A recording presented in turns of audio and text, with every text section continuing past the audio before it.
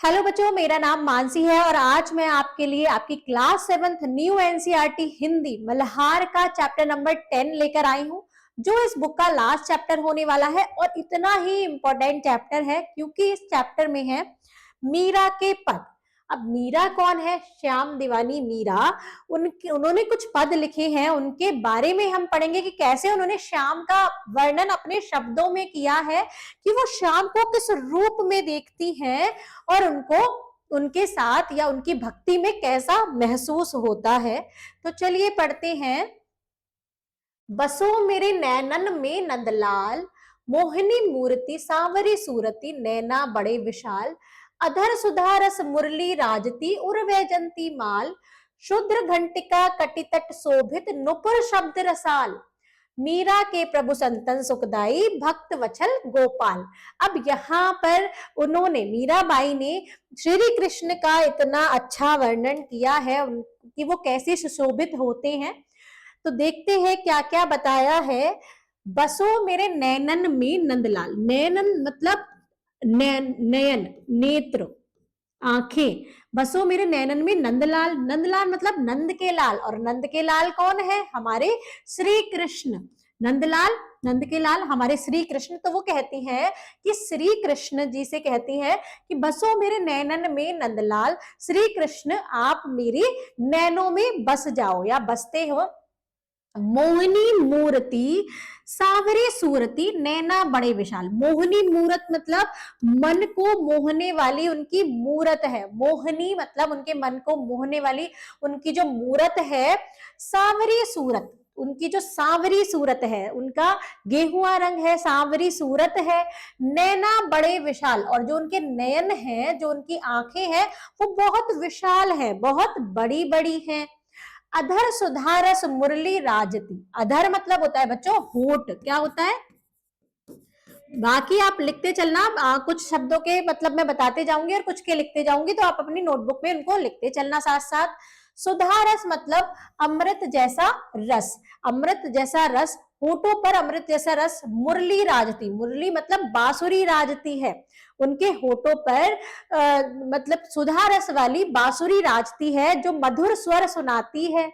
उर वैजंती माल, उर क्या होता है बच्चों? हृदय या उनका जो सीना है वहां पर क्या राजती है? वैजंती माल, वैजंती से बनी हुई माला, एक माला होती है जो वैजंती के फूलों से बनी हुई होती है। तो उनके होठों पर सुधा रस देने वाली, मधुर रस देने वाली मुरली राजती है, और उनके हृदय पर बास क्या वैजंती माल राजती है, वैजंती माला है। शुद्र घंटिका, शुद्र घंटिका कटितट शोभित, नुपुर शब्द रसाल। शुद्र घंटिका मतलब छोटी छोटी घंटी, उनके कटितट, कटितट मतलब कमर का भाग जो होता है, कमर पर छोटी छोटी घंटियां बंधी है या सुशोभित है या वहां पर बंधी है। नुपुर, नुपुर मतलब पायल, जो पायल है उनकी पैरों में, वो क्या करती है? शब्द रसाल, इतने मीठी स्वर निकालती हैं, मतलब इतनी मीठी आवाज निकालती हैं। कौन? उनकी जो कमर पे घंटियां बजी हैं वो बंध रही हैं, और जो उनके पैरों में पायल है। मीरा के प्रभु संतन सुखदाई, संतन सुखदाई मतलब बच्चों होता है संतों को सुख देने वाले। जो मीरा के प्रभु हैं संतन सुखदाई। भक्त वचल, भक्त वचल मतलब भक्त के जो दुख है उसको हरने वाले। गोपाल, गोपाल कौन होते हैं? जो गाय चराते हैं। तो वो यहाँ पर, और वो कौन है? हमारे श्री कृष्ण। तो मीरा के जो प्रभु हैं वो संतन सुखदाई हैं, भक्त के दुख को हरने वाले हैं, भक्त को सुख पहुंचाने वाले हैं, वो गोपाल है। तो यहाँ पर आपको ये समझ में आया होगा, एक बार फिर से देख लेते हैं। बसो मेरे नैनन में नंदलाल, मोहनी मूर्ति सांवरी सूरती, नैना बड़े विशाल। मीरा जी कहती हैं कि मेरे नैनन में बसते हैं नंदलाल, मेरे नैनन में बसो मतलब इतनी प्यारी उनकी मूरत है, सांवरी सूरत है, मोहिनी मूरत है, मन को मोहने वाली मूरत और सांवरी सूरत, और जो नैने हैं, नैन है उनके बड़े बड़े, वो मीराबाई के नैनों में बसते हैं, उनके अंदर बसते हैं। अधर सुधा रस मुरली राजती, होठों पर मधुर रस देने वाली जो मुरली है वो राजती है। उर्वैजंती माल, और उनके हृदय में, उनके सीने पर वैजंती की माला राजती है, वो पहनते हैं। शुद्र घंटिका कटितट शोभित, जो छोटी छोटी घंटी है उनकी कमर पर बंधी हुई है, शोभायमान है।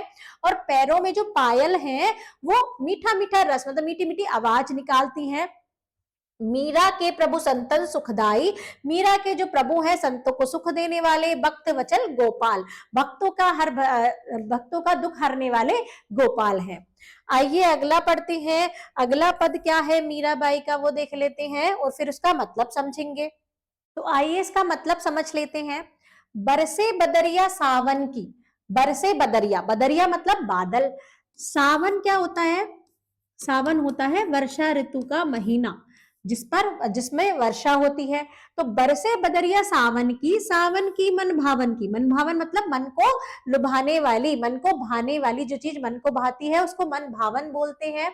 तो बरस रही है बदरिया, बादल बरस रहे हैं सावन में, और सावन ऐसा है कि जो मन को भा रहा है। सावन में उमगियो मेरो मनवा, उमगियो मतलब होता है बच्चों उमंग से, मेरो मनवा मतलब मेरा मन, सावन में मेरा जो मन है वो उमंग से भर गया है। क्योंकि कौन बता रही है, ये मीराबाई बता रही है कि मेरा मन सावन में उमंग से भर गया है, क्योंकि भनक सुनी हरियावन की, हरि मतलब श्री कृष्ण, श्री कृष्ण के आने की क्या सुनी, श्री कृष्ण आवन की भनक सुनी है, जैसे इधर उधर से सुन लेते हैं या फिर उनके तो ये किसने बताया, ये सावन के महीने ने बताया। बादल बरस रहे हैं, वर्षा हो रही है, तो उनको भनक लगी कि श्री जो हमारे भगवान है श्री कृष्ण या हरि जो है वो आ रहे हैं, उनकी भनक मीराबाई को लग गई, और इसी वजह से उनका जो मन है वो उमंग से भरा हुआ है। बच्चों इनका मतलब समझना बहुत ही आसान है अगर हम एक एक शब्द का मीनिंग समझते चलें। उमड़ गुमड़ चहुदिस से आया, आपको क्या करना है, अपनी नोटबुक में सब सारे वर्ड्स के मीनिंग लिखने हैं, या अपनी बुक में पेंसिल से आप नोट करके चलिएगा इनके मीनिंग, क्योंकि उसके बाद आप इनका अपने आप से ही मतलब निकाल पाते हैं।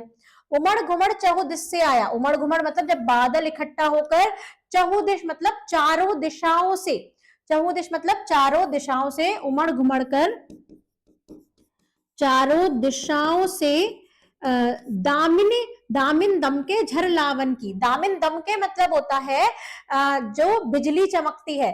उमड़ घुमड़ चहुदिस से आया दामिन दम के झर लावन की, और झरी वर्षा की झरी लगी हुई है, बारिश लगातार हो रही है। तो वो क्या कहती है कि चारों दिशाओं से उमड़ घुमड़ कर बादल आ रही हैं, बिजली चमक रही है और बारिश की झरी लगी हुई है।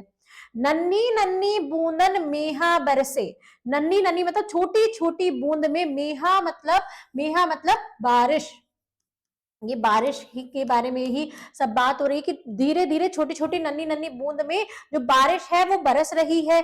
शीतल पवन सुहावन की, तो और जो शीतल पवन है, ठंडी जो पवन है, ठंडी हवा, ठंडी जो हवा है वो ऐसी है जो सुहा रही है, सुहावन मतलब जो हमारे मन को सुहाती है, अच्छी लगती है। मीरा के प्रभु गिरधर नागर, मीरा के प्रभु गिरधर नागर मतलब जिन्होंने गोवर्धन पर्वत को उठाया है, इसलिए उनका नाम गिरधर नागर है। तो वो कौन है, हमारे श्री कृष्ण ही है। तो जो मीरा के प्रभु गिरधर नागर आनंद मंगल गावन की, आनंद मंगल मतलब खुशी के गीत गा रही है मीराबाई, क्योंकि उन्हें भनक लग चुकी है कि बारिश के सावन के महीने में मेरे श्री कृष्ण आ रहे हैं, इसलिए उनका मन उल्लास से भरा है और वो अपने श्री कृष्ण के लिए मल्हार गा रही है, गीत गा रही है। तो ये है मीराबाई के कुछ पद जिन्हें जो अपनी भक्ति में लीन है और श्री कृष्ण की भक्ति में लीन होकर उनके लिए ही सब लिखती हैं। आइए पढ़ते हैं, कवित्री से परिचय कर लेते हैं। आपने जो रचना अभी पढ़ी है उसे आज से लगभग 500 वर्ष पहले रचा गया था। आप देख लीजिए कि कितना पुराना टाइम है, 500 साल पहले ये रचना रची गई थी। इसे हिंदी की महान कवियत्री कृष्ण भक्त और संत मीरा ने रचा था। यह माना जाता है कि मीरा बचपन से ही श्री कृष्ण की भक्ति में मगन रहती थी। ये महान कवित्री थी कृष्ण भक्त, और कृष्ण भक्त के नाम से ये मशहूर है मीराबाई। एक राजकुमारी होते हुए भी उन्होंने संतों का जीवन चुना और महलों को त्याग कर तीर्थों की यात्रा करने लगी। एक राजकुमारी थी, राजघराने में इनका जन्म हुआ था, लेकिन श्री कृष्ण के भक्ति में ये बचपन से ही लीन थी, तो इसलिए सब चीज छोड़कर यात्राओं पर चली गई तीर्थों की। उन्होंने मंदिरों में भजन गाना और सत्संग करना प्रारंभ कर दिया। उनके गाए हुए भजन लोग आज भी श्रद्धा और प्रेम से गाते, पढ़ते और सुनते सुनाते हैं। इनके जो भजन हैं, जो मीराबाई ने गाए हैं, उन्हें आज भी लोग याद करते हैं, सुनते हैं, पढ़ते हैं, जैसे कि आपने अपनी अभी पुस्तक में पढ़ा। अगर आपको भी ये सब समझ में आए हैं, अगर आप भी इनके और कोई गीत पढ़ना चाहते हैं, पद पढ़ना चाहते हैं, तो जरूर पढ़िएगा, क्योंकि इसमें इन्होंने अपनी पूरी भक्ति में लीन होकर श्री कृष्ण के लिए बहुत अच्छी अच्छी बातें लिखी हैं। यहाँ पर आपका चैप्टर होता है कंप्लीट। हम मिलेंगे नेक्स्ट वीडियो में, तब तक के लिए bye bye and thank you.